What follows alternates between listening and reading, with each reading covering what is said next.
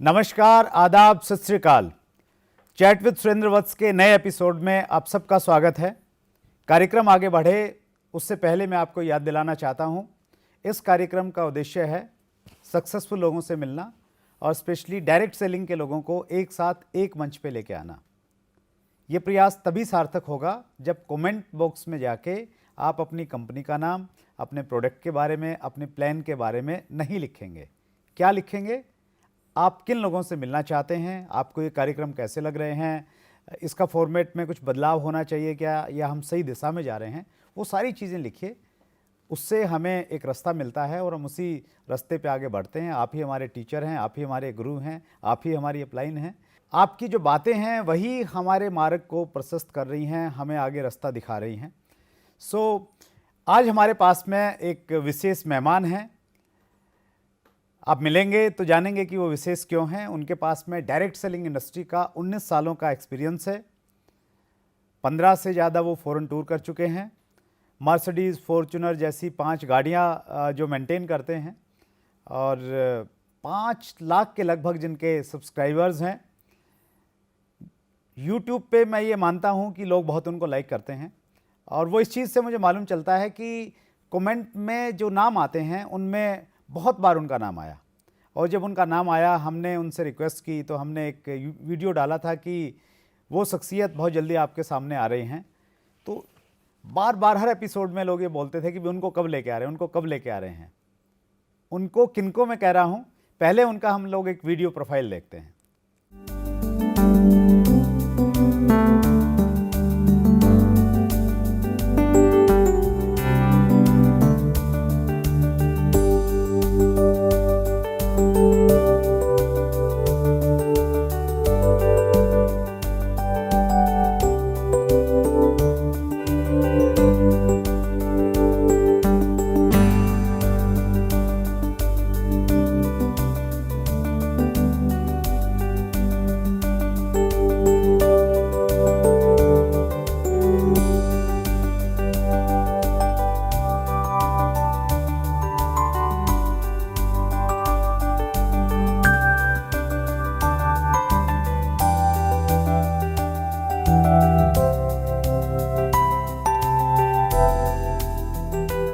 जैसा आपने देखा, आज हमारे मेहमान हैं श्री हर्षवर्धन जैन साहब।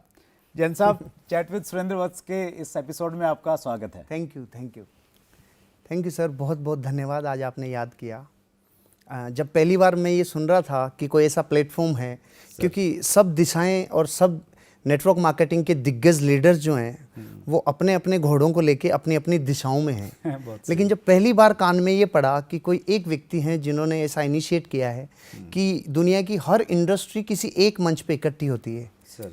और डायरेक्ट सेलिंग इंडस्ट्री के लिए मैं पिछले 19 सालों में ऐसा प्लेटफॉर्म कहीं ऐसा देख रहा था जहां लोग डिफरेंट कंपनीज से अपने जीवन के सक्सेस की स्टोरीज को लेकर आएँ और लोगों के लिए प्रेरणा बने। और एक आम आदमी जो जीवन में कभी भी डायरेक्ट सेलिंग के बारे में बहुत बड़ा विजन नहीं रखता है, वो आकर जब लोगों को एक प्लेटफॉर्म पे देखे और ये जाने कि हाँ, इस इंडस्ट्री को भी एक बहुत बड़ा सम्मानित दर्जा है, तो वो मुझे आपके इस चैनल के ऊपर लगा और बहुत इगरनेस थी मेरी इतने दिनों से आने की और आज वो दिन आ ही गया। बहुत बहुत शुक्रिया, आपने मुझे याद किया। Thank you so much sir. Jain साहब, इसके पीछे एक छोटी सी कहानी है, मैं व्यूअर से शेयर करना चाहता हूँ। मैंने बताया नहीं, आपने उस बात को छेड़ा है कि एक ऐसा प्लेटफॉर्म है। 2011-12 का जो टाइम था वो इंडस्ट्री के लिए बहुत टफ टाइम था। उस समय हमने देखी कि बहुत सारी अच्छी कंपनियां जो एक अच्छी सोच के साथ में काम कर रही थी, उनको भी बुरे दिन देखने पड़े। उस समय एसोसिएशंस बनी, कुछ नई एसोसिएशंस आगे आई, तो मुझे अपॉर्चुनिटी मिली इस इंडस्ट्री में एसोसिएशंस के साथ में क्लोजली काम करने की। तो उस समय मैंने महसूस किया कि हम लोग बड़े तो बहुत हैं, मतलब हमारी संख्या बहुत बड़ी है, लेकिन हम लोग यूनाइटेड नहीं हैं। और संस्कृत में एक कहावत है, संघे शक्ति कलियुगे, यानी कलयुग में सबसे बड़ी जो शक्ति है वो संगठन में है। तो वहाँ पे हम लोगों ने एक ऑर्गेनाइजेशन बनाई, direct selling distributor welfare association. Okay. तो वहाँ पे हम लोगों ने प्रयास किया कि हम सभी कंपनियों को एक मंच पे लेके आएँ, लेकिन वो बहुत टेढ़ा काम था।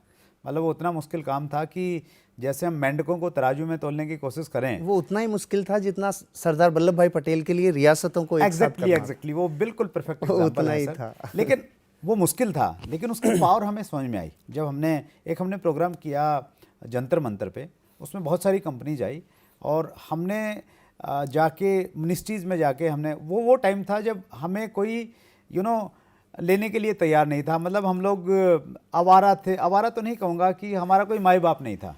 अगर हम लोग किसी भी मिनिस्ट्री के पास में जाते, कंज्यूमर के पास में जाते कि बोले नहीं आपका काम हम लोग के नीचे नहीं आता, आप कॉमर्स में जाइए। कॉमर्स में जाते कि वो कहते कि नहीं आप तो है ना, आपका अलग तरह का मॉड्यूल है, आप हमारे अंदर में नहीं आते। तो आरटीआई में वैसे जवाब हम लोगों को मिलते थे। तो उस समय हमें ये लगा कि हमें बात करनी चाहिए। तो हमने उस समय कई सारे डिपार्टमेंट्स में जाके हमने ज्ञापन दिया कि भाई हमारी ये मांगे हैं, और धीरे धीरे लगातार वो प्रयास जारी रहे। 2016 में सेंट्रल गवर्नमेंट ने गाइडलाइन जारी कर दी, तो धीरे धीरे चीज़ें बदलने लगी। तो उसके बाद मुझे लगा कि क्यों न क्या ऐसा प्रयास किया जाए। बहुत बार चलता था, तो वो बार बार सोचने का परिणाम रहा कि 1 जनवरी 2019 से हम लोगों ने ये कार्यक्रम शुरू किया। और शुरू करना सर बहुत आसान होता है, जब तक सहयोग नहीं मिले आपका अच्छे से अच्छा विचार भी बेकार हो जाता है। अच्छी बात ये रही, ये इस इंडस्ट्री का प्यार है कि आप जैसे लोग जिनको पूरी इंडस्ट्री में एक अलग तरह का मान सम्मान मिलता है, तो जब हम लोगों ने आपसे अप्रोच किया, कोई तो उस प्रकार का इंट्रोडक्शन नहीं था, कोई मेल मुलाकात नहीं थी, तो जिस प्रकार आपने उस बात को लिया और आपने हाँ भरी, तो उसने हम सब लोगों का हौसला बढ़ाया।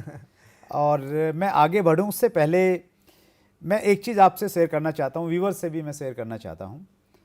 ये बात है जनवरी 2018 की। मैं बेंगलोर में था, एक नेचुरोपैथी सेंटर में, वहाँ पे मैं कुछ हेल्थ बेनिफिट्स ले रहा था। तो वहाँ पे थोड़ा टाइम रहता था शाम के समय, वॉकिंग के टाइम में। तो यूट्यूब पे मैं देख रहा था, तो मुझे एक व्यक्ति दिखे जो चेहरे मोहरे से ऐसे लग रहे थे कि जैसे कोई अंग्रेज हैं। तो उनका मैंने वीडियो क्लिक किया, तो उनकी जो आवाज़ सुनी, उनको देखा, तो मालूम चला कि हर्षवर्धन जैन साहब हैं। गांव का देसी लड़का मिला आपको हाँ, वहाँ पर अंग्रेज की शक्ल में। तो जैन साहब, मज़ेदार बात क्या रही, मुझे मतलब आपका कंटेंट इतना अच्छा लगा कि जितनी भी वीडियो उस समय तक आपके चैनल पे थी वो मैंने सारी देख ली। और न केवल मात्र देखी, उनको मैंने इम्प्लीमेंट किया अपने जीवन में, अपने बिजनेस में। और मेरा एक लालच था जिस दिन ये शो शुरू किया कि भाई जिन लोगों से पर्सनली मैं बहुत इंस्पायर हूँ, तो उनको एक दिन लेके आऊँगा। और ये मेरे लिए बहुत रोमांच के क्षण हैं, आप मेरे सामने बैठे हुए हैं। Thank you so much sir. कितनी बार मैं, दूसरे लोगों ने सुना, मैंने बहुत बार आपको सुना है सर। हम बातचीत के सिलसिले को आगे बढ़ाते हैं सर। आपने बहुत सारी एजुकेशन दी, आपने हर सब्जेक्ट पे बोलते हैं आप लोग, ये बहुत यूनिक चीज़ है। हर पहलू को आप छूते हैं जो इस इंडस्ट्री में ज़रूरी है। अपनी थोड़ी बैकग्राउंड के बारे में हमारे व्यूवर्स को बताइए। मेरी वाइफ अक्सर मुझसे पूछती है कि अपने बारे में थोड़ा बताओ। अच्छा, जब मुझे शुरू में वो मिली थी, तो अब तो नहीं पूछते होंगे? जब भी मेरी लाइफ में जब मुझे कोई बैकग्राउंड पूछता है तो मैं क्या गा के उसको मेरे बारे में पूरा बता देता हूँ। क्या बात है सर। तो वाइफ अक्सर जब आप पूछती है ना, आप ऐसे कैसे अलग अलग से कैसे हो, तो मैं उसको ये कहता हूँ, देसी देसी ना बोल्या कर छोरी रे, इस देसी की फैन ये दुनिया हो रही रे। बहुत खूब। Just kidding. बाकी मैं गांव का एक साधारण सा लड़का हूँ, मिडिल क्लास परिवार में जन्म हुआ मेरा। मेरे मदर फादर की शादी हुई और शादी के 11 साल तक उनके घर में कोई संतान नहीं हुई। अच्छा। तो भारत में जब किसी जोड़े के यहाँ संतान नहीं होती तो वो पंडित जी के पास जरूर जाते हैं। 2 साल के बाद ही जाना शुरू कर देते हैं। हाँ, तो जब 11 साल हो गई और गए, वो उनके पास जाके पंडित जी से पूछा, पंडित जी संतान नहीं हो रही, तो 2-3 दिन तक स्टडी किया। और स्टडी करने के बाद पंडित जी ने जो बोला, मतलब मैं आत्म प्रशंसा नहीं कर रहा हूँ, और अब होवे तो होवे, क्योंकि मेरे अलावा बताएगा कौन ये बात। तो पंडित जी ने बोला, महापुरुषों को आने में टाइम लगता है थोड़ा। अच्छा, वंडरफुल वंडरफुल। अच्छा। तो ये बात मेरे को कई सालों तक पापा जी और मम्मी कहते रहे। मैंने कहा, महापुरुष जैसा तो मुझे कहीं भी आसपास में नहीं पता, अगर आपको पंडित जी ने बेवकूफ़ बनाया। अच्छा। अरे नहीं बेटा, तेरे दादाजी भी बोलते थे। अच्छा। तो भाग्य की रेखा लेके आया ये वो। मैंने कहा नहीं, मेरे को कहीं नहीं लगता। 1980 को मेरा जन्म हुआ। राइट। जयपुर से 18 किलोमीटर दूर एक मेरा छोटा सा गाँव है। अच्छा। वहीं पला बड़ा। 3-4 साल का हुआ तब तक घर से 1 किलोमीटर दूरी पे तालाब था, तो तालाब में नहाना चालू कर दिया था। अच्छा। तो जीवन का 3 साल की उम्र हुई, 3 साल की उम्र हुई होगी। बच्चों के साथ खेलने जाते थे। और गांव में जो जीवन में सबसे पहला यूं कहूँ चेतावनी जो मिली वो पानी से मिली। अच्छा, कैसे? तो 5 साल की उम्र थी और पानी में कूदना चालू किया। अब पानी जहाँ तक 1-2 फीट था तब तक तो इजी, लेकिन फिर ऐसे बचपन से ऐसा था ना, और लड़के तो और भी ऊंचाई से कूद रहे हैं, मैं भी थोड़ा और ऊंचाई से कूदूंगा, तो और ऊंचाई से जाके कूदते कूदते 5 फीट, 10 फीट, 15 फीट, और गांव में जो तालाब 40 फीट तक लबालब भरते थे, उन तालाबों में कूदना चालू कर दिया। उम्र मेरी 9-10 साल तक तो खूब पानी में तैर के एक्सपर्ट हो गया। लेकिन वो स्विमिंग पूल नहीं थे, वो उधर भैंसें नहाती थी, इधर हम नहाते थे। और लाइफ को बिंदास जिया, और तैरने में फिर मास्टरी हो गई। अच्छा, और उस तैरने में मास्टरी से जीवन में कॉन्फिडेंस बढ़ा यार, ये अपन कर सकते हैं। क्योंकि जैसे तैरने में मास्टर हुआ तो ऐसे लगा आस पड़ोस में कि यार बहुत लोगों से अलग हैं अपन, बहुत लोगों से अलग। तो तैरने में जितनी जंपिंग करनी होती है वो, और ये सारा मास्टरी हो गई। इस बीच ये भी बहुत सारी घटनाएं हुई कि पिताजी ने कई बार मेरे को, क्योंकि अब हर पिता को डर लगता है, मेरे को वहीं से सीधा निकाल के और चड्डी में मेरी तशरीफ को जो लाल किया, तशरीफ तो समझते ना नॉर्मली कहते हैं लोग, तशरीफ रखी है, बस वहीं तो तक रखी है आपने। वो जिसको रखा जाता है ना, वहीं पे मेरी अच्छी तरह से आई। बहुत बाद में गुरुजी बताते थे मुझे कि जिसको बचपन से माँ की बातें और पिताजी की लातें मिलती है वो जीवन में बड़ा जरूर बनता है। तो मुझे भरपूर मात्रा में मिली, और ऐसा तो मुझे बाद में भी समझ में आता है जीवन में कि 5 वर्ष तक तो किसी बच्चे को मारना नहीं चाहिए, 16 वर्ष के बाद भी नहीं मारना चाहिए, लेकिन 5 से 16 के बीच में जितना अपने को खींच सकता है उस पर प्रैक्टिस कर लेनी चाहिए। तो अपना तो मन हल्का हो जाता है, और वो जीवन में अपनी लाइफ में भटकता नहीं। हमारे शास्त्रों में भी इसके बारे में लिखा है सर कि 5 वर्षाणि लाडयेत, 10 वर्षाणि ताड़येत, क्या बात, प्राप्ते तु षोडशम वर्षे पुत्र मित्रवत आचरेत। क्या बात है। यानी पहले साल आप लाड प्यार करो 5 साल तक, उसके 10 साल के बाद में आप उसको मतलब डांटो भी, उसको मतलब जो भी आप डिसिप्लिन में रखो, और जब बच्चा आपका 16वें साल में प्रवेश कर जाता है फिर आपका पुत्र नहीं रहता, वो मित्र हो जाता है। वैसा आचरण आपका होना चाहिए। बोलो, आपने मेरी बात को शास्त्रों से बिल्कुल नहीं पुष्टि कर दी उस बात आप की। महापुरुष हैं। अरे सर मैंने मजाक किया था। नहीं, वो फैक्ट है सर। नहीं, वो फैक्ट है साधारण सा आदमी। बस वहाँ से जीवन में चैलेंज लेना सीखा पानी से। 9 साल की उम्र हुई तब तक क्रिकेट में चैलेंज लेना चालू कर दिया। अच्छा। और जो क्रिकेट खेला आसपास के एरिया में, मेरे गांव में, मेरे आसपास के एरिया में जितना क्रिकेट हुआ करता था उन सब की ट्रॉफीज जीतना। क्या बात है सर। 19 से ज़्यादा सेंचुरीज बना देना। सुपर। मैं क्रिकेट का अच्छा प्लेयर रहा हूँ। ये भी कला है आप में। हाँ, क्रिकेट का इतना पैशन रहा था मेरे में, पागलपन था, जुनून था मेरा। सुबह से लेकर रात जब तक नहीं होती थी तब तक खाना वहीं जाता था। अच्छा। और गांव में आसपास की सारी ट्रॉफीज करना, 3-4 बड़े सीमेंटेड पिच बनवाना, और लाइफ को मतलब एक तरीके से चैलेंजिंग लेना, और बहुत क्रिकेट ने सिखाया। अच्छा। फिर इतने में बाइक का शौक लग गया। मेरे पिताजी वेटरनरी डॉक्टर हैं, तो अक्सर मैं लाइफ में, मेरे को जैसे ही किसी चीज़ को, मेरी लाइफ में मैंने एक चीज़ देखी, मैंने नोट किया कि मेरी ऑब्जर्वेशन पावर जो थी वो बहुत अच्छी थी। अच्छा। मैं जो चीज़ देखता था उसको कोशिश करता था वैसे के वैसे करूं। तो तालाब में बच्चों को नहाते हुए देखा तो तुरंत कर लिया। हाँ। उसके बाद में किसी न किसी आदमी को क्रिकेट खेलते हुए देखा तो तुरंत कर लिया। अच्छा। जो देखता था, सेंसेस इतनी एक्टिव थी बचपन से, ये आज पता चल रहा है, पहले पता नहीं थी कि किस साइंस पे मैं आगे बढ़ रहा हूँ। ये जो डेस्टिनी को मंजूर था, जो नियति को मंजूर था। और वही चीज़ मैंने देखा जब मैं स्कूल गया गांव से निकल कर लगभग 15 किलोमीटर दूर पे, तो मैं मिनी बस के केबिन में बैठता था। अच्छा। सिर्फ एक ही जगह देखता था ये क्या क्या कर रहा है, तो वो लेफ्ट वाला दबाता था। अच्छा, ओके। फिर यूं करता था, फिर राइट वाला ये दबाता था। फिर उसको छोड़ता, यूं करता, यूं करता, यूं करता, यूं करता। ये मैंने 2 साल इतना देखा कि 2 साल देखने के बाद जीवन में पहला जो मैंने व्हीकल चलाया, हाँ। मेरे ताऊजी की एक गाड़ी हुआ करती थी, मेटाडोर, लंबी वाली, जिसपे डॉन मूवी में अमिताभ बच्चन को किडनैप करते थे, वो वाली। तो वो मेरे ताऊजी की एक स्कूल बस थी, वो मेरे यहाँ खड़ी थी। अच्छा। मैंने लाइफ की पहली गाड़ी वही चलाई, सब दोस्तों को और सबको बिठा लिया।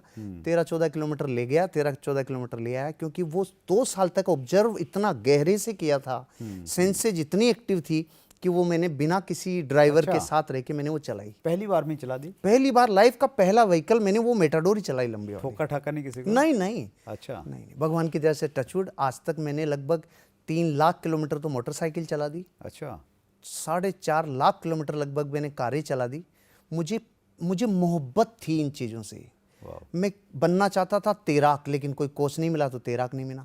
फिर मैंने देखा मैं क्रिकेटर बनूंगा, तो पता चला कि मेरे पास कोई कोच नहीं था, कोई अपलाइन नहीं था, कोई गुरु नहीं था, मैं क्रिकेटर भी नहीं बना। लेकिन मैं सी डिवीजन खेला, डिस्ट्रिक्ट खेला मैंने। अच्छा। डिस्ट्रिक्ट खेला और सारे टूर्नामेंट्स खूब खेले। अभी तो आप मेरा क्रिक हीरोज वेबसाइट पर अगर डेटा देखेंगे, जो मैं अभी यहाँ पर, ऐसा कोई मौसम नहीं है, नहीं तो मैं बताता आपको।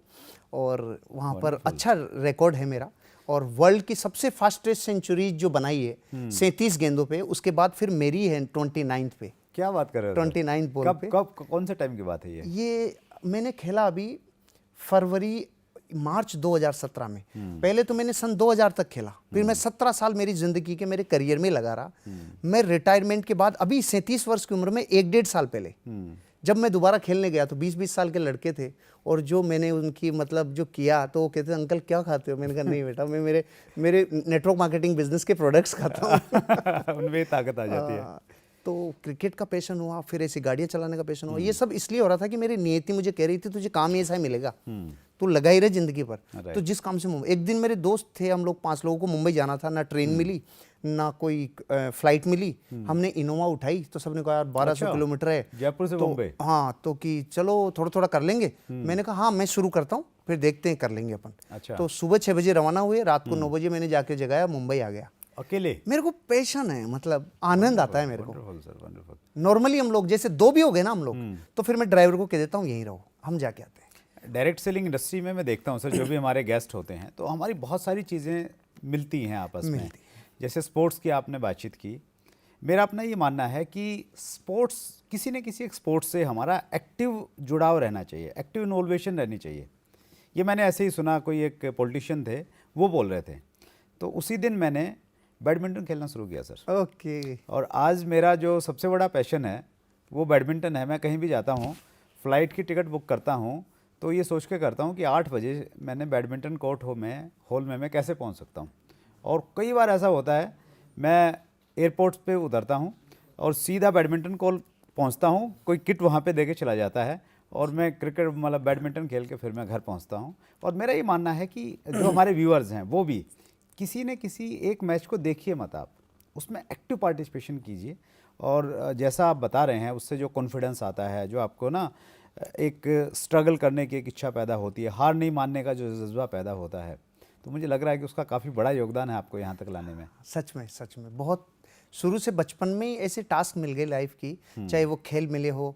अब जैसे मैं पढ़ने जब गया तो टीचर्स ने अभी मेरे पिछले वीडियो में मैंने ये बात बताई कि मैं पढ़ाई में डमरू था। डमरू principles normally Robert T Kiyosaki बताते हैं, अमीर अमीर होता जा रहा है, गरीब गरीब होता जा रहा है, लेकिन मिडिल क्लास सिकुड़ता जा रहा है। इसी प्रिंसिपल को मैंने पढ़ाई पे लागू किया। फर्स्ट डिवीजन और फर्स्ट डिवीजन आता जा रहा है, फेलियर और फेलियर होता जा रहा है, लेकिन बेचारा सेकंड डिवीजन सिकुड़ता जा रहा है। तो मैं ना फर्स्ट डिवीजन आया कभी, ना थर्ड डिवीजन आया। अच्छा। डमरू था पढ़ाई में, लेकिन मेरे टीचर्स ने एक चीज नोट की कि इस बच्चे में कुछ कला है। तो मैं जब 9 साल का था और चौथी 5वीं क्लास में था, तो मेरे को सबसे पहले उन्होंने एक नाटक के लिए मेरे को वो कर दिया, नियुक्त कर दिया कि आप ये सीरियल में पार्टिसिपेट करो, तो ये रोल करो। तो मेरे को रोल दिया उन्होंने छोगा का। अच्छा। छोगा मतलब एक ग्वाला था जो गाय भैंस चराता था। तो मेरी माँ उसमें मेरे को बोलती थी छोगा, तो मैं बोलता था हम तो सोगा। अच्छा, ओके। कि बेटा नहा ले। हाँ। मैंने कहा माँ जिस पे रोज गाय वैसे पेशाब करती है उसको नहाने की जरूरत क्या है। अच्छा। तो उस पे मुझे उस जमाने में 89 में 1100 रुपए की इनाम मिली। अच्छा, क्या बात, जो गांव वालों ने किया। फिर उसके बाद एक अंग्रेज का रोल मिला। उसके बाद फिर मुझे उन्होंने कहा कि ले तू गाने भी लग जा। फिर उसके बाद देशभक्ति गाने देने लग गए, फिर भाषण देने लग गए। तो जो लड़का पढ़ाई में बहुत ज़्यादा एक्स्ट्रा ऑर्डिनरी नहीं था, मॉनिटर, हालांकि मैं एलकेजी से लेके एलएलबी तक रहा हूँ। अच्छा। एलकेजी से एलएलबी तक। वो घमंड तो मेरा बाद में टूटा जब मेरे को नॉलेज हुआ। मैं हमेशा ये समझता था मैं मॉनिटर रहा हूँ, बाद में पता चला बेटों ने इसलिए मॉनिटर बनाया था कि क्लास के शैतान लड़के को मॉनिटर बना दो तो उदम नहीं करेगा। अच्छा। बाद में पता चला कि वो इसीलिए बना दिया था। मतलब वो पढ़ाई में इंटेलिजेंट है इसलिए नहीं बनाया था। हाँ, वो मैं ही समझता था कि मैं कुछ हूँ इसलिए बनाया। पता चला शैतान बच्चों को मॉनिटर इसलिए बनाया जाता है कि शांति रहे क्लास में और कुछ वो नहीं करे। तो स्कूलिंग आपकी जयपुर की रही? स्कूलिंग जयपुर की रही। 7th क्लास तक मैं गांव में ही पढ़ाई की मैंने। और उसके बाद 8th और 9th क्लास में जयपुर में 15 किलोमीटर दूर मेरे गांव से टैगोर पब्लिक स्कूल में मैं गया। अच्छा। और 10th क्लास मैंने बीकानेर से की, जहां जीवन को मैंने सीखा मेरे ताऊजी के यहाँ से। 11th 12th क्लास मैंने खंडेलवाल स्कूल से की। अच्छा। मेरे पास साइंस बायोलॉजी का सब्जेक्ट था, लेकिन मैं क्रिकेट का इतना शौकीन था कि बस कैसे न कैसे पास तो हुआ। और बीएससी फर्स्ट ईयर में जो एडमिशन लिया, मेरे पिताजी का मेरे जीवन पे बहुत अमूल्य योगदान है। अच्छा। उन्होंने जीवन में मेरी हर ख्वाहिश पूरी की है। वेटरनरी डॉक्टर, जयपुर डेयरी में 30 साल सेवाएं दी। 18 घंटे उनको मैं दौड़ते हुए देखता था। 8 घंटे नौकरी करते हुए 10 घंटे खुद की प्रैक्टिस करते। तो हार्डवर्क तो मैंने जीवन में उनसे ही देख लिया था कि जीवन में मतलब मुझे ये नहीं पता था लोग रेस्ट करते हैं क्या। मैंने पापा जी को इतना हार्ड वर्क करते हुए देखा। मुझे बाटा के जूते ला के देते, मुझे किट ला के देते। मेरा एग्जाम था फिजिकल केमिस्ट्री का 4 दिन पे। पापा ने ये नहीं कहा कि यार पढ़ाई लिखाई कर ले? खूब कहते थे। अच्छा। लेकिन मेरा जो पैशन था, जो जुनूनियत थी कि यार हार भी नहीं, उनको अंदरूनी तो खुशी होती थी। हाँ, यार ठीक है ये कुछ और बन जाएगा, ये नहीं तो किट ला के दिया। और मैं 4 दिन बाद मेरा एग्जाम है, हम मिट्टी के पिचों पे खेला करते थे उस टाइम, कॉर्क की बॉल थी तो लग गई। ओह अच्छा। तो मैंने बहुत धन्यवाद दिया कि लग गई, नहीं तो लोगों को ये तो कहूंगा ना कि इसकी वजह से फेल हुआ, पता चला मैंने पढ़ाई नहीं की थी, वो फेल तो इसीलिए हुआ। अच्छा। बीएसटी फर्स्ट ईयर में जब फेल हुआ, वो ईयर था 97, ओके 99, ओके 99 में जब बीएससी फर्स्ट ईयर में फेल हुआ, तो मेरे जीवन का जो 19 साल थे वो अलग और अब अलग, क्योंकि तब तक मुझे बाटा के शूज पिताजी पहनाते थे, हीरो पुक लाके देती थी 97 में जब मैं 17 साल का था। अच्छा। और दोस्तों के पास कोई ऐसा व्हीकल नहीं होता था, सब बसों में जाते बड़ी थे। बात थी उस समय। लाइफ में मेरे शौक को देख के, मेरे पैशन को देख के खूब किया, लेकिन अंदर से एक जमीर ने आवाज लगाई जिस दिन मैं फेल हुआ। मैंने घड़ी खोल के टेबल पे रख दी, मैंने बाटा के जूते यूं खोल दिए, हीरो पुक की चाबी यूं रख दी। अच्छा। अब मेरे को 2 बसें लेनी पड़ती थी, एक मेरे गांव से हाईवे तक आने में 50 पैसा लगता था, और यहाँ से मुझे स्कूल पहुंचने में 1 रुपया लगता था। अच्छा। फिर वापस 1 रुपया लगता था, और यहाँ तक 50 पैसा। ये टोटल 3 रुपया पापा जी टेबल पे रखते थे, मैं वो 3 रुपया लेके जाता था। इस 50 पैसे को मैं बचाता था, मैं यहाँ से यहाँ तक पैदल आता था और पैदल जाता था। अच्छा। ये 1 रुपया बचाता था, 3 दिन तक बचाता था, और एक कचौरी खाता था चांदपोल में, एक बहुत अच्छी कचौरी मिलती थी कड़ी के साथ में। अच्छा। वो 3 दिन की मेहनत करके फिर जीवन बदला, फिर साइंस से आर्ट्स में आया, आर्ट्स में दर्शन शास्त्र सब्जेक्ट आया। अच्छा। और जीवन ने फिर करवट ले ली, जीवन ने करवट ही ले ली। फिर मैंने फर्स्ट ईयर में अच्छे मार्क्स लाया, सेकंड ईयर में अच्छे मार्क्स लाया, और जैसे ही सेकंड ईयर में मैं पढ़ रहा था, और वो दिन था 29 सितंबर सन 2000। अच्छा। 29 सितंबर सन 2000, 20 साल की उम्र थी, दाढ़ी मुझ भी सही से नहीं आई थी, और आ गया मेरा दोस्त मुझे ये कहने, हर्ष चल अमेरिका से कोई आया है, अच्छा, जो जीवन बदल देगा। हाँ। अब मेरी टेंडेंसी ऐसी थी कि वो हमेशा खुश मिजाज और चीज़ों को ऐसे उत्साह के साथ देखना, राइट। तो मैं चला गया, और चला गया तो बस वो उस दिन का जो सीन था और जो लाइफ में देख रहा था, लोग झूम रहे थे, डांस कर रहे थे, ब्राजील, अच्छा, वंडरफुल। ये मेरे नेचर को भा गया। मैंने कहा अच्छा। पैसा और डांस और खुशियां और हाँ। अरे भाई ये क्या चीज है। तो 20 साल का आदमी लड़का जब बापू भोजनालय में खाना खाता है, डायरेक्ट सेलिंग का आपका फर्स्ट एक्सपोजर था। वो 29 सितंबर सन 2000 का, और वो जीवन में फिर नया मोड़ आ गया। मतलब आप जब सेकंड क्लास में थे, सेकंड ईयर में थे, उसी समय डायरेक्ट सेलिंग में आ गया। उसी समय डायरेक्ट। वंडरफुल। और एक क्वेश्चन भी हमारे पास में आया है सर, एक लड़के ने पूछा है, और इनका नाम है मौलिक चौथानी जी। ये पूछते हैं कि स्टूडेंट जो हैं वो डायरेक्ट सेलिंग में अगर काम कर रहे हैं, वो खुद स्टूडेंट हैं, काम कर रहे हैं, तो उसको क्या करना चाहिए? क्योंकि उसके सामने, स्टूडेंट के सामने अलग तरह के चैलेंजेस आपने उनको फेस किया होगा। मैं अपने आप को ऐसे देखता था कि स्टूडेंट की पोजीशन में रहते हुए जब कोई व्यक्ति इस बिजनेस को देखता है ना, अपने आप को एनालिसिस जरूर करना चाहिए, क्योंकि वो टाइम होता है बापू भोजनालय में खाना खाना। अच्छा। बापू भोजनालय आप समझते हैं, मतलब पिताजी के यहाँ निर्भर रहना, अच्छा, और ओके। फिर जाके बिजनेस करना, वो बहुत बड़ी कसौटी पे उतरने वाला चैलेंज होता है। अगर स्टूडेंट लाइफ में आप कर रहे हो इस बिजनेस को, तो फिर आपके माँ बाप की निगाहें आप पर है, आपके अड़ोस पड़ोस की निगाहें हैं, जो आपको इतने सालों से कह रहे थे ना बेटा पढ़ाई कर, बेटा पढ़ाई कर, अब उनकी निगाहें नहीं है, अब उनकी नजरें बहुत तीखी आपके ऊपर है। मतलब पूरी दुनिया जो आपको एक लीक पे जाते हुए देख रही थी, उसी अवस्था में आप वो बातें करने लगते हैं जो उस उम्र में उन्होंने नहीं की। तो अब वो उनको अटपटी सी लगती है। हो सकता है कुछ लोग जल्दी स्वीकार कर ले, वाह बेटा बड़ा सपने देख रहा है, लेकिन बहुत सारे लोग भारत में से नहीं होंगे जो जल्दी से इस बात को स्वीकार करेंगे, मोटिवेट करें। तो मान के चलिएगा स्टूडेंट अवस्था में अगर आप इस बिजनेस को कर रहे हैं तो डबल कसौटी है, 3 से 4 गुना कसौटियों पे खरा उतरना होगा। उस टाइम आप क्या गुटखे जर्दे तो नहीं खा रहे हैं, उस टाइम क्या आप दोस्तों के साथ तो नहीं घूम रहे, उस टाइम कहीं आप बच्चों के साथ मस्तियां तो नहीं कर रहे हैं, उस टाइम आप गंदी हरकतें तो नहीं कर रहे हैं। ये सारी चीजें आपके माँ बाप देखेंगे। अगर उनका ट्रस्ट कम हो गया आपके ऊपर, तो वो लोग आपको पीछे कर देंगे और आप ये बिजनेस नहीं कर पाएंगे। लेकिन मेरे को मेरे पिताजी ने क्यों हेल्प की, आपको कुछ ना कुछ जिंदगी में सबूत देना पड़ता है, आपको प्राइस पे करनी पड़ती है। जो लड़का, मैं 20 साल का था, 11 साल से जिस क्रिकेट के लिए मैं मैदान में रहता था, अपने प्राण लगा के खेलता था मैं। मतलब 45 से 50 डिग्री का टेम्परेचर में मैं मैच शुरू करता था दोपहर को 12 बजे जून में। अच्छा। वही बॉलिंग करना, वही कीपिंग करना, वही 100 रन बनाना, इतना पैशन के साथ। उसने 29 सितंबर सन 2000 को गहने यूं रख दिए। अच्छा। जिस दिन मैं मैदान छोड़ के आया उसके बाद मैदान अनाथ हो गए। मेरे पिताजी ये नोट कर रहे थे। अच्छा। मेरे पिताजी ये देख रहे थे कि जो क्रिकेट नहीं छोड़ सकता था, अगर इस बिजनेस को करने के लिए डायरेक्ट सेलिंग इंडस्ट्री में आया, क्रिकेट छूट गया। ग्रेट। वो 5 दिन तो उनको सदमे से बाहर आने में लगा, मतलब क्रिकेट। आप भी ऐसी कोई प्राइस पे करना पड़ेगा जो इन्होंने सवाल किया है ना। आपको जीवन में कुछ तो आपके ऐसी पद चिन्ह और निशानियां छोड़नी पड़ेगी जो आपके आसपास वाले जिन पे आप निर्भर हैं वो ये कह सके बच्चे ने यार कुछ तो अच्छा डिसीजन लिया है। जब तक आप पद चिन्ह नहीं छोड़ते हैं ना, आप सोच रहे हैं कि स्टूडेंट भी बना रहा हूं, पढ़ाई का नाम भी करे जाऊं, आवारागर्दी भी करे जाऊं और फिर डायरेक्ट सेलिंग इंडस्ट्री को मौज मस्ती, क्योंकि दरअसल क्या आटा दाल तेल चावल का भाव पता नहीं होता है वत्स साहब, राइट। स्टूडेंट लाइफ में। उस टाइम जिम्मेदारियां नहीं होती। मैं जब स्टूडेंट हुआ करता था, मैंने जीवन में लाइट का स्विच ऑफ नहीं किया। राइट। मुझे बहुत बाद में पता चला कि बिजली को बंद करना चाहिए। अच्छा। मुझे बहुत बाद में पता चला जीवन में कि पानी को यूं बहाना नहीं चाहिए। उसके बाद तो जीवन इतना सुधर गया, मैं आज चाहे मेरे घरों में पानी के मैं रिचार्ज करता हूँ 3 लाख लीटर तो मेरे घर पे। अच्छा। हर साल में 3 लाख लीटर पानी जो मुझे बारिश से मिलता है, हाँ, उसको उसको मैं रिचार्ज स्टोर हाँ, करता एक हूँ। वीडियो में मैंने आपसे सुना वो। और मैं 1 बाल्टी से ज्यादा पानी कभी यूज नहीं करता।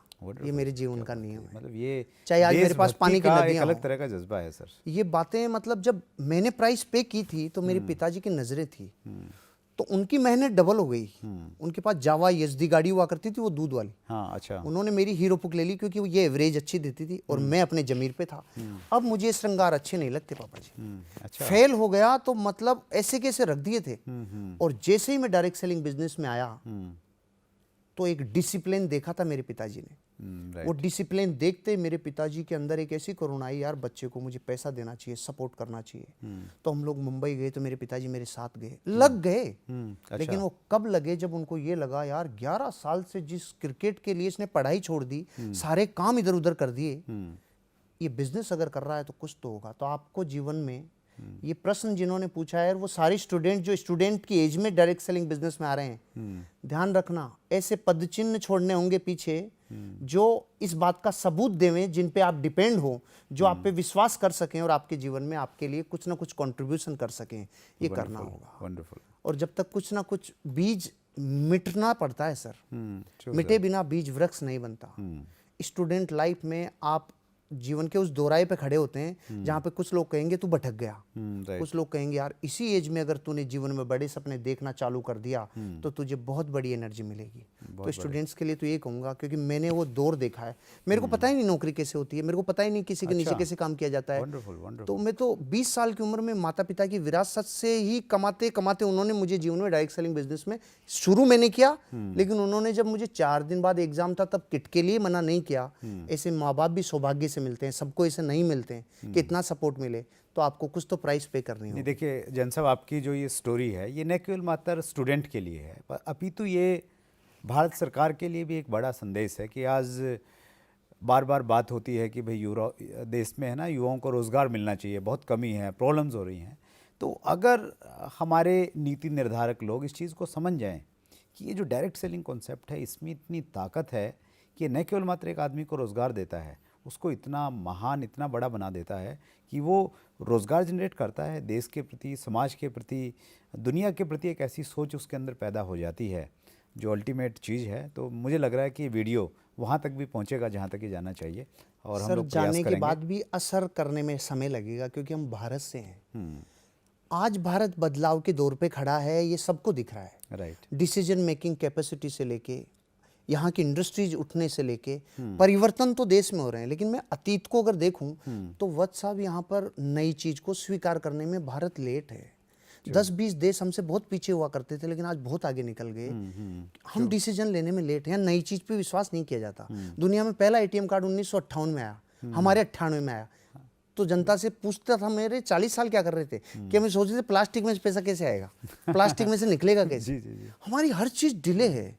तो आज जो 700 लोग जो हमारे लोकसभा और राज्यसभा में बैठे हैं, जो कहीं ना कहीं देश को दिशाएं देते हैं, इन लोगों का ध्यान तब गया जब कोई इंडस्ट्री में पीक और बॉटम देख लेती है। जब कुछ हड़कम मच जाता है तब तो ध्यान जाता है। अब ध्यान गया है। पहले राज्य सरकारों ने और अब भारत सरकार ने गाइडलाइन बनाई है। अब सामाजिक दर्जा मिल रहा है। हाँ। दुनिया हो अपने साथ कुछ अलग नहीं रहा, वही हो रहा है जो दुनिया की किसी भी बहुत सफल इंडस्ट्री के अतीत के जो पन्ने होते हैं, हाँ, वो वैसे अपने ही साथ हैं। भी वैसे ही हो रहा है। True. लेकिन हाँ, ये जरूर है, बहुत ब्राइट फ्यूचर है स्टूडेंट के लिए आने वाले टाइम पे। जैसे वो सेलेक्ट करता है 10th के बाद कि मुझे एग्रीकल्चर की तरफ जाना है, या मुझे बायो की तरफ जाना है, या मुझे कॉमर्स की तरफ जाना है, ऐसे वो सेलेक्ट करने लगेगा मुझे डायरेक्ट सेलिंग इंडस्ट्री की तरफ भी जाना है। लेकिन यहाँ विकास बहुत है सर। जो आपने बात कही सर, देखिए हम अगर यूएस की बात करें, जहाँ से इस इंडस्ट्री का सृजन माना जाता है, जहाँ से शुरू हुई है इंडस्ट्री, तो वहाँ पे हम देखते हैं कि इस समय ये इतनी मैच्योर स्टेज पे वहाँ पे पहुँच गई है कि वहाँ के राष्ट्रपति लोगों को बोलते हैं कि भाई आप डायरेक्ट सेलिंग में, बहुत सारे यूट्यूब पे वीडियोस हैं, विल क्लिंटन साहब के हैं, दूसरे लोगों के हैं। तो आपको लगता है कभी हमारे राष्ट्रपति, प्रधानमंत्री भाई और बहनों को ये संबोधित करेंगे कि भाई आप डायरेक्ट सेलिंग में आ जाइए? डेफिनेटली करेंगे, डेफिनेटली करेंगे। बस करने से पहले क्या होता है ना, हर एक दुनिया की हर इंडस्ट्री को कुछ बड़े परिश्रम से गुजरना होता है, कुछ ऐसी चीज़ों से गुजरना होता है जिससे हम सामाजिक समरसता भी बना के चलें। इस इंडस्ट्री को आज तक बहुत बड़ा दर्जा नहीं मिला है, उसके पीछे कुछ चीज़ें, कुछ तो धोखे, कुछ मौके। धोखे और मौके लिपटे हुए होते हैं, इसलिए कोई भी आदमी अलग अलग नहीं कर सकता अगर पार की नजरें नहीं हो। तो जहाँ धोखे और मौके लिपटे हुए रहते हैं वहाँ कोई बड़ा आदमी हाथ डालने से डरता है, उसके बारे में कुछ कहने से डरता है। लेकिन जिस दिन चीज़ें क्लियर होती चली जाएगी, अरे रे धोखा अलग है, अरे मौका अलग है, मौके को जानने के ये पैरामीटर्स हैं, धोखों को जानने के ये पैरामीटर्स हैं, तब इस देश के प्रधानमंत्री जरूर कहेंगे, तब इस देश के राष्ट्रपति जरूर कहेंगे, तब इस देश में हर जगह हर चौराहे पे बातचीत होगी। थोड़ा लेकिन हमें भी अपनी तरफ से कुछ कंट्रीब्यूट करना होगा। नेटवर्क इंडस्ट्री ने 20 साल गुजार दिए, लेकिन वो दर्जा नहीं मिलने के पीछे कहीं ना कहीं वो व्यक्ति जो जोड़ने जाता है, लोगों को शामिल करने जाता है, लोगों को जीवन में रास्ता दिखाने जाता है, और जब वो नहीं जुड़ता तो इसके भीतर जो विद्रोह पलता है, फिर ये कामयाब होने के बाद जो उसके यहाँ ढोल नगाड़े बजाता है, ये विघटन है सर, ये विघटन है। कहीं ना कहीं इंडस्ट्री की बड़ी कामयाबी जब हुई थी तो जाने अनजाने में लीडर्स में अहंकार भी आया था, नेटवर्करों में अहंकार भी आया था, सामाजिक समरसता को ऐसे समझने लगा था नेटवर्कर कि दुनिया में कोई नहीं है हमारे अलावा, हम चौड़े बाजार सकड़े। ना, यहाँ टाटा जी, बिरला जी सब रहे हैं भैया। जमीन पे पाँव रखो, सपने बहुत आगे के देखो, लेकिन पाँव जमीन पे रखो। आपके अलावा पूरा विश्व आपसे छोटा है, ऐसा दिखाने का प्रयास हमें और नीचा किया 2011-12 में, और विस्फोट हुआ। मतलब इसको यूँ माने कि जैसे बहुत बार है ना, हमारे डायरेक्ट सेलिंग कंपैरिजन करते हैं कि भाई ट्रेडिशनल बिजनेस कुछ है ही नहीं, जो वो मतलब वो शब्दावली और वो कंपैरिजन सही नहीं है सर। इस धरती पे एक नियम है, वस्तुत्व का एक गुण है द्रव्य में, वो ये कहता है इस धरती पे कोई छोटा नहीं है, कोई बड़ा नहीं है, कोई अच्छा नहीं है, कोई बुरा नहीं है। हर देश काल और परिस्थिति की वजह से पैदा हुई उस घटना की विशेष परिस्थिति है। आपके पास अवसर दुनिया का सबसे अच्छा है, आप अचीवमेंट दुनिया में सबसे अच्छा कर सकते हो, ये आपके लिए रिद्धि है। लेकिन जब रिद्धि का अहंकार आता है तो प्रकृति रिद्धियां छीन लेती है। हमें इन रिद्धियों को बचा के रखना चाहिए। हमें अपने जीवन में, कोई व्यक्ति 2 रुपए कमा रहा है लेकिन अगर वो 4 दिखाने का प्रयास कर रहा है, रिद्धि छीन ली जाएगी, आप समाज से बहुत दूर नहीं जाइए। आप डायरेक्ट सेलिंग इंडस्ट्री को अगर बहुत बड़ा दर्जा देना चाहते हैं तो आप एक लीग के साथ मिलकर चलिए, ताकि उनकी निगाहें हम पर जाए। उनकी ईर्ष्या हम पे जा रही है, उनकी एक ईर्ष्या ऐसी करती है, और ये तो अलग है, इन्होंने कुछ किया ही नहीं, ना इन्होंने कुछ ज़्यादा पढ़ाई की ना और कुछ किया, और आज इनके पास गाड़ियाँ आ गई, इनके पास मर्सिडीज, BMW, ऑडी। वो जाने अनजाने में उनके भी अहंकार को चोट करता है। इंडस्ट्री को सपोर्ट करने की बजाय कहीं ना कहीं वो लोग डिमोट करने लगते हैं। जिस दौर से आप अभी बता रहे थे ना सर कि आप 11 और 12 में आप ऐसे गुजरे हैं, आप दिल्ली में गुजर रहे थे, मैं राजस्थान में गुजर रहा था। मैं 5000 लोगों के साथ 20 से ज़्यादा थानों में गया। मैं 5-5 हजार लोगों के साथ मिनिस्टर्स, विधायक, CM, प्रधानमंत्री को ज्ञापन, राष्ट्रपतियों को ज्ञापन, 100 से ज्यादा सांसदों को ज्ञापन। राजस्थान में हमने, जैसे 1857 में इस देश के क्रांतिवीरों ने काम किया था ना, जगाने के लिए देश की जनता को और आज़ादी के लिए, हमने इस इंडस्ट्री को बचाने के लिए किया था। और मुझे तो बहुत ज़्यादा प्राइस पे करनी पड़ी थी। आप मुझसे पूछेंगे तो बताऊंगा मैं आपको जीवन में कैसी कैसी प्राइस। ये जो आपका त्याग था सर, आप जैसे लोगों ने जो जिम्मेवारी उठाई इंडस्ट्री के लिए, उसी का परिणाम है। गाइडलाइन आ गई हैं सच में सर, और कंज्यूमर प्रोटेक्शन बिल 2018 लोकसभा में पास हो गया ग्रेट है। सर, ये अच्छी न्यूज़ है हम सबके लिए। हाँ, और बहुत अच्छा। ये जो चीज़ें, ये इंडिकेशन तो बहुत अच्छे हैं और हम सब लोग मिलके काम करेंगे। मेरा मानना है कि जैसे आपने एक वीडियो दिया था हमारे चैनल के लिए और उसमें आपने ये कहा था कि भाई हम क्या कंट्रीब्यूट कर सकते हैं, वो हमें सोचना चाहिए। और मेरा मानना है कि ये सारे डायरेक्ट सेलर, स्पेशली जो सीनियर लोग हैं जिनको इस इंडस्ट्री ने एक नाम दिया है, एक मुकाम दिया है, तो ये हम सबकी एक मॉरल रिस्पॉन्सिबिलिटी है कि हम सोच को थोड़ा बड़ा बनाएं। हमारे जो भौतिक सपने हैं, भौतिक जो हमारे लक्ष्य बनाए हुए हैं, उसके साथ में ये भी है कि हम लोग इस इंडस्ट्री के लिए कुछ एक करें, प्लेटफॉर्म पे आएँ। अगर कहीं बुलाया जाता है बिल्कुल, तो वहाँ सहयोग करें, आना ही चाहिए सर। ये बहुत अच्छी चीज़। सर, आप नुकसान की बातचीत कर रहे थे, तो वो भी शेयर कीजिए। एक्चुअली ये चीज़ें हैं ना, दूसरे लोगों को मोटिवेट करती हैं। सही बात है। मुझे तो सर आपके चैनल पे आने से पहले 2-3 महीने से इतना मैं उमंग थी मेरे अंदर सर, दिल्ली आने का संयोग ही नहीं बन रहा था। और बस वो ये इसलिए मेरे लिए, आपकी दूसरी बात का जवाब बाद में देता हूँ कि मैंने जो किया, पहले मेरे को ये मन में रह जाएगी नहीं तो। सर, एक बैलगाड़ी के चारों तरफ जब बैल जोत दिए जाते हैं ना, हाँ हाँ, और कहा जाता है बैलो दिखाओ अपनी ताकत, हम्म, तो बैल तो अपनी ताकत दिखा देते हैं लेकिन वो गाड़ी टूट जाती है। ये इंडस्ट्री में ये कंपनी इस दिशा में है, ये कंपनी इस दिशा में है, ये कंपनी के लीडर इस दिशा में, इस कंपनी का लीडर इस दिशा में है। एक भाव है भीतर, न देख सका का भाव, न देख सका का भाव, एक दूसरे से को छोटा दिखाने का भाव, एक दूसरे को नीचा दिखाने का भाव। ये छोटी लड़ाई के चक्कर में ये युद्ध हार गए। रिक्शा यूनियन भी एक है, टैक्सी यूनियन एक है, मिनी बस यूनियन एक है, रोडवेज बस यूनियन एक है, वकील सारे एक हैं, कोर्ट में हजारों बार लड़ते हैं। लेकिन दुनिया का हर एक प्रोफेशनल, दुनिया का हर एक इंडस्ट्री, दुनिया का हर एक संगठन एक बैनर पे आके एक होता है। इसीलिए इस देश के प्रधानमंत्री अभी ये बोल नहीं पा रहे हैं, क्योंकि जब बात आती है ना 10 कंपनियों में आओ और एक जगह बैठो, नहीं, हम तो उनसे वैसे बड़े हैं, हमारे को उनकी क्या जरूरत है, वो हमसे, वो हमारे अड़ते कहाँ है, हमारा अचीवमेंट कितना बड़ा है, उनका कितना है, उनके प्रोडक्ट कैसे, उनके ये अपना अपना भाग्य, ये अपने अपने जीवन के हिस्से का मिला हुआ वरदान है प्रकृति का। इन पे एक दूसरे से नहीं उलझ कर एक मिशन बनाया जाए ना सर। जिस दिन जैसे दवाई कंपनियों की बात होती है, एक छोटा सा वीडियो डॉक्टर बिंद्रा जी ने बना दिया था डॉक्टर्स के ऊपर। वो कुछ जीवन की सच्चाइयां उन्होंने उजागर कर दी। तरीका बहुत अग्रेसिव था जिसकी वजह से ईगो हर्ट भी हुई। लेकिन आप ये देखो, बंगाली डॉक्टर गलिका से लेके देश का सबसे बड़ा डॉक्टर इधर सामने खड़े हुए। वकील के बारे में बात करते सामने खड़े मिलेंगे। लेकिन इस इंडस्ट्री को तोड़ना इतना ज्यादा आसान हो गया था उस वक्त। और यूं कहूं आज भी ये परिस्थिति के मारे हुए हैं। असली तो पता तब चलेगा जब दुनिया के सारे नेटवर्कर कामयाब भी होंगे और फिर देखिए यूनाइट। क्योंकि सर सुख क्या करता है, कंपटीशन पैदा करता है, दुख खींचता है, एक दूसरे के प्रति लगाव पैदा करता है।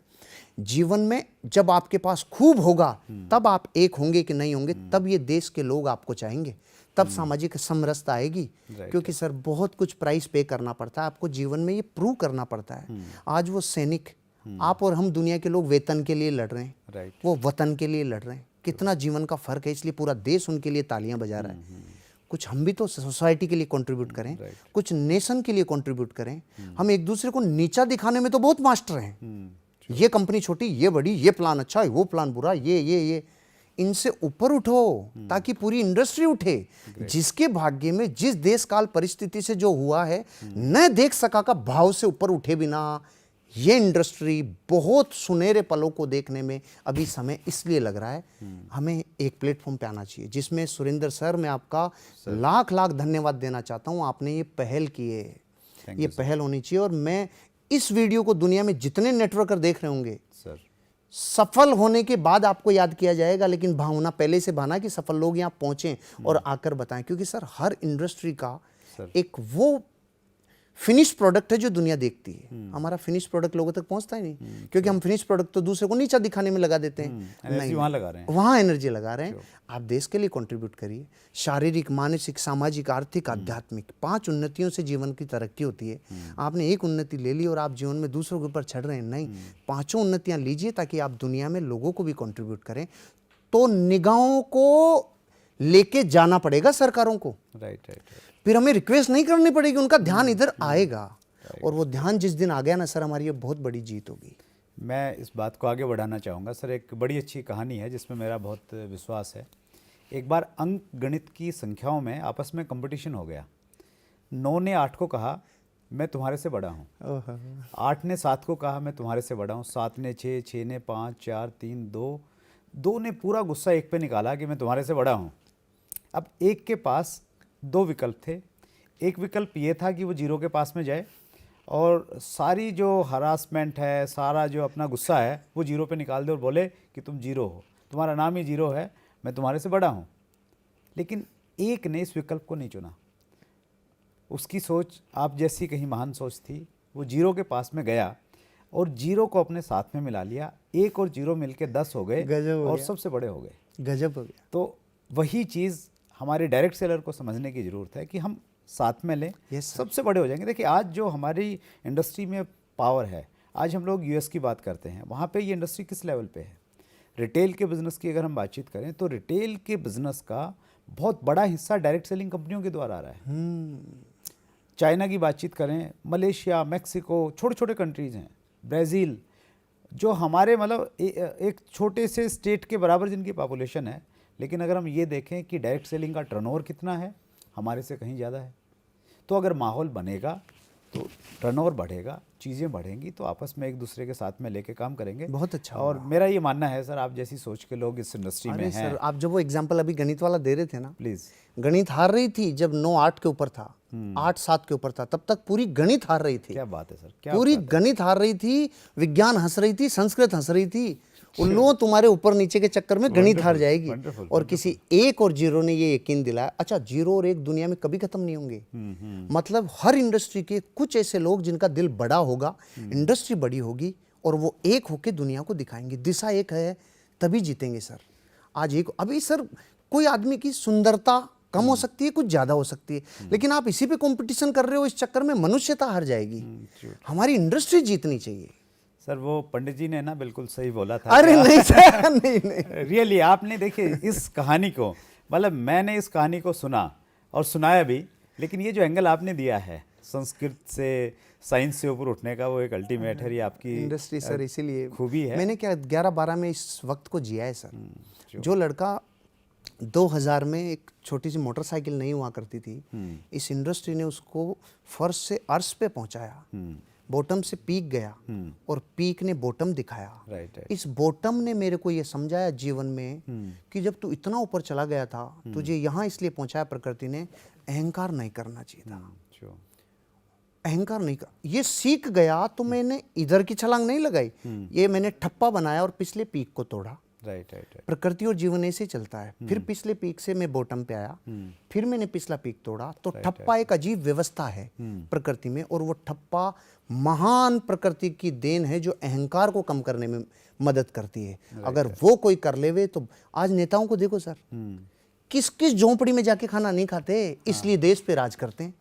और डायरेक्ट सेलर किसान से मिलने में, किसी गरीब से मिलने में, किसी की उपहास करने में 1 सेकंड नहीं लगाता। ना, इस देश की मिट्टी ने अपने को बहुत कुछ दिया है सर। हर व्यक्ति, कोई कर रहा नहीं कर रहा, कोई छोटा बड़ा नौकरी को, मैंने बहुत बार देखा लोगों को स्टेज से कहते हैं नौकरी वाले ये होते हैं, नौकरी वाले वो होते हैं। आपके पास रिद्धि आ गई, इसका मतलब ये नहीं है सारी दुनिया बेवकूफ़ है। साथ लेके चलने का प्रयास करिए। ये सारी बातें मेरे तब निकल रही है जब आपने कहा ये प्रधानमंत्री जी कब इस देश के लिए, इस इंडस्ट्री के लिए बोलेंगे। सर ये है प्रोग्रामिंग। जैसे हम कंप्यूटर पे इस कीबोर्ड पे ए दबाते हैं ना, तो सामने ए दिखता है, लेकिन दबता ए नहीं है। वो 0 और 1 जो है ना, उस डिजिट बाइनरी पे जो कंप्यूटर बना है, ये दिख रहा है ए। प्रोग्रामिंग कुछ अंदर है, दिखेगा ए। तो मोदी जी का बोलना तो बल्ब जलना है, लेकिन उसका स्विच आप और हम मिलके दबाएंगे और वो माहौल क्रिएट करिए। सर आप इतने प्रेम और इतनी करुणा से बिजनेस को सींचिए, आपकी कामयाबी होगी तो रोशनी तो चारों तरफ जाएगी। गंदगी को दीवारों में कैद नहीं किया जा सकता और खुशबू को दीवारों में कैद नहीं किया जा सकता। खुशबू और बदबू को कैद नहीं किया जा सकता। आप अपने निष्कपट मन से सींचिए इंडस्ट्री को, ध्यान जाएगा। दोस्तों, हर्षवर्धन जैन साहब की जितनी डिमांड थी, वो डिमांड वाजिब थी, वो हमें देख के लग रहा है। और आज का हमारा ये इंटरव्यू बहुत लंबा होता जा रहा है। समय की सीमा है, उसके अनुसार आज के इस एपिसोड को हम लोग यहीं ख़त्म करते हैं। नेक्स्ट एपिसोड में फिर हम लोग हर्षवर्धन जैन साहब से मिलेंगे और उनसे और आगे सीखेंगे कि इस बिज़नेस में कामयाब कैसे होएं और बिज़नेस के साथ साथ में ज़िंदगी में हमें कैसे कामयाबी मिलती है। सेकंड एपिसोड में हम दोबारा मिलेंगे। आज का एपिसोड हम लोग यहीं ख़त्म करते हैं और रात्रि 8 बजे हम लोग आपके सामने उपस्थित होते हैं एक नया एपिसोड लेके। तब तक आप इस चैनल को अगर आपने सब्सक्राइब नहीं किया है तो सब्सक्राइब कर दीजिए, बेल आइकन का बटन जरूर दबाइए ताकि हर नोटिफिकेशन आपके पास में मिलती रहे। और एक वही रिक्वेस्ट जो मैं हमेशा करता हूं कि आप कमेंट में जाके कंपनी का नाम, कंपनी का प्रोडक्ट, प्लान, उनके बारे में डिस्कस मत कीजिए। हाँ, ये प्रोग्राम कैसे लग रहे हैं, किन लोगों से आप मिलना चाहते हैं, वो चीज़ें आप जरूर शेयर कीजिए। बहुत बहुत धन्यवाद आप सबका।